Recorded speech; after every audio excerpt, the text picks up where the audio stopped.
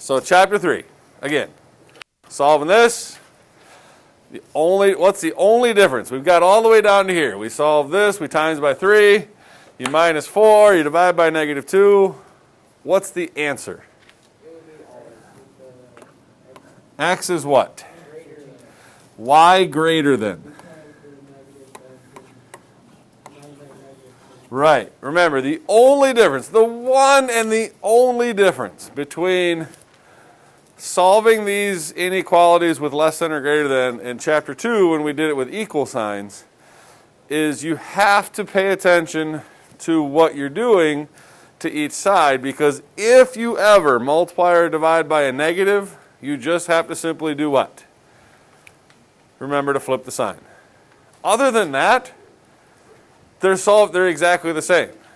Like solving this inequality and solving an equation of 4 minus 2x over 3 is equal to 10, solving this and solving that are the exact same steps, right?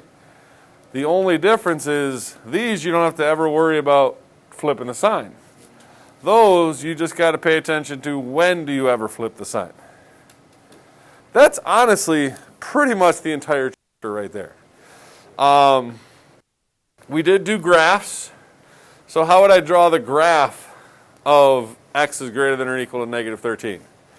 So here's 0. Here's negative 13. What do I draw at negative 13? Open or closed? Why is it closed?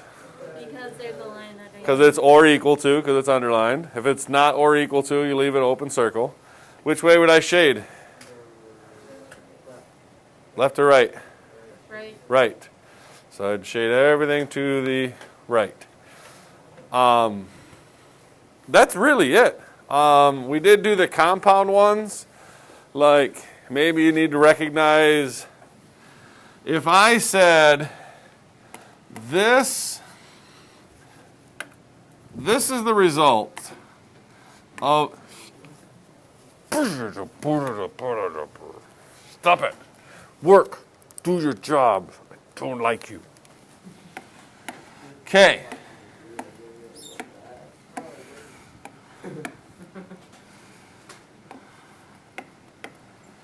Okay.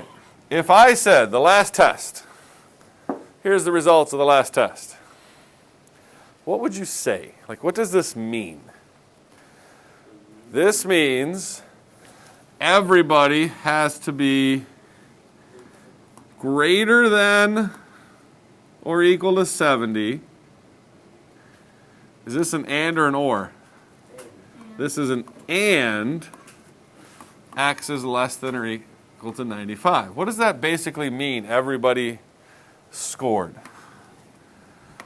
That means you're here to here. If I said these are the results of the test, what would you say? What does that mean? If I was passing the test, and here's the results, what would you say? Everyone got 70%, 95%. Yeah, everybody's basically a B, C with a few A's, right? Everybody did well. Would you guys be happy with it? If I passed test results back and I said this was the result, would everybody in the room pretty much probably be happy? Yeah, probably. Like all A's, B's, and C's, right? Mostly probably B's and C's, a few A's, right? If I said this,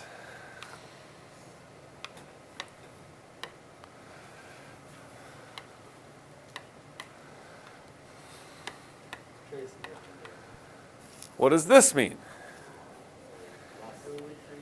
This means everybody is less than 70 or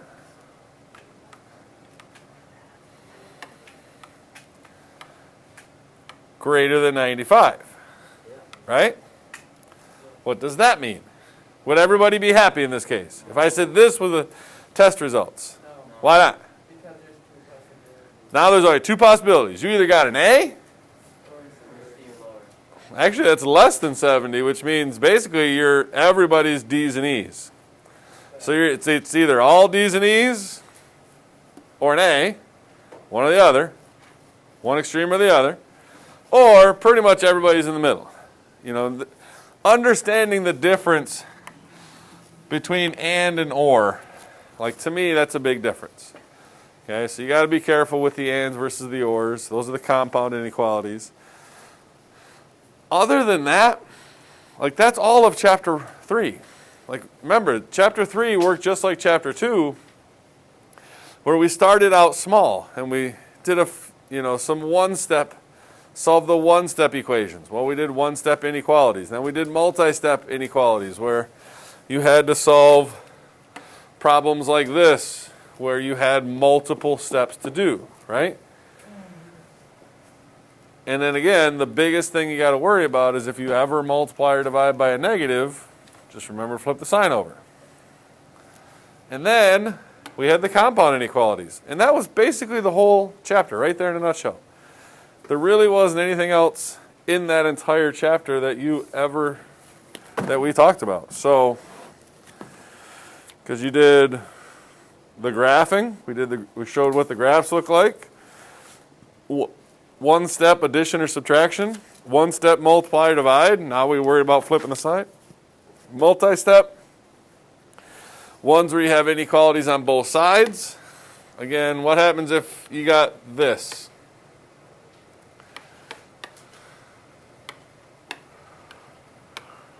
Let's do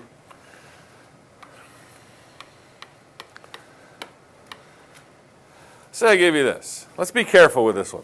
And I'm going to do this one 2 different ways. And I'll show you why I'm going to do it 2 different ways.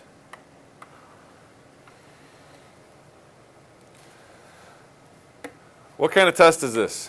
What kind of questions are all the questions?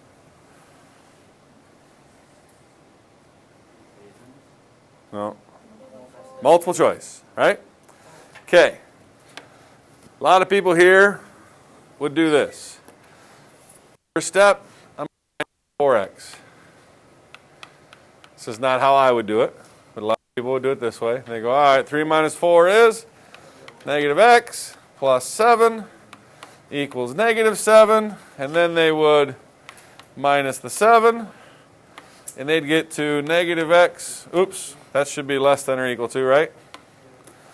Is less than or equal to negative 14. Stop it, you dirty. Come on. Pen, start working. Negative 14. How do you get rid of a negative? Divide both sides by a negative 1. I don't know why I didn't change the color, because I just changed the color. I divided by a negative 1, so I have to remember to flip the sign. And you get positive 14. So the answer is x is greater than or equal to 14. Everybody agree? Okay. This is not how I would have done it. How I would have done it is I would have said, I like to keep my life positive, so I'm going to minus the 3x. And I'm going to move the x's to the right side.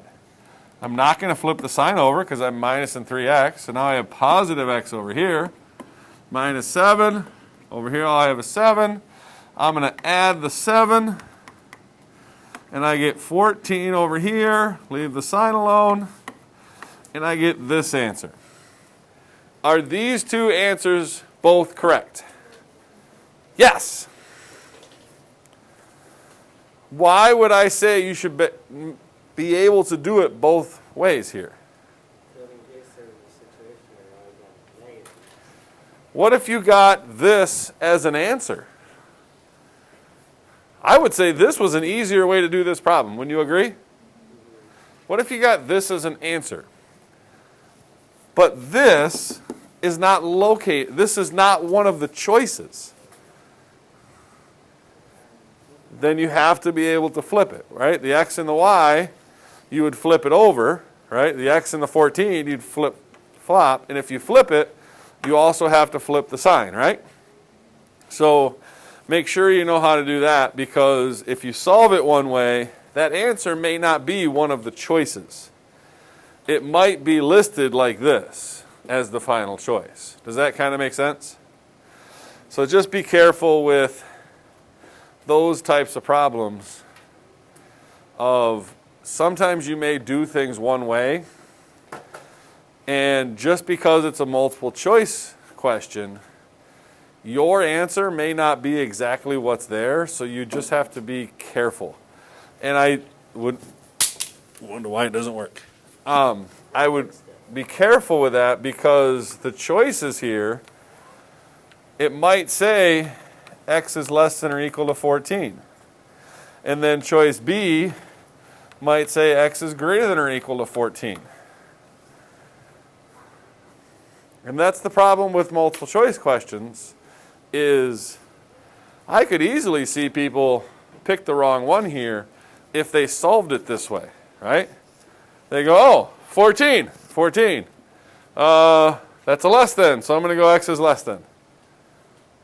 And A would totally be the wrong answer, right? So, yeah, and I wouldn't even be able to give you partial credit because you just picked the wrong answer.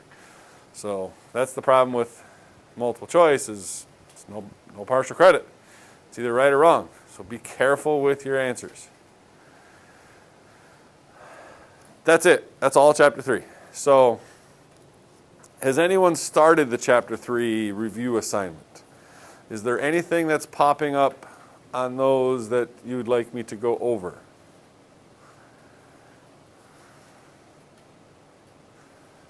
No?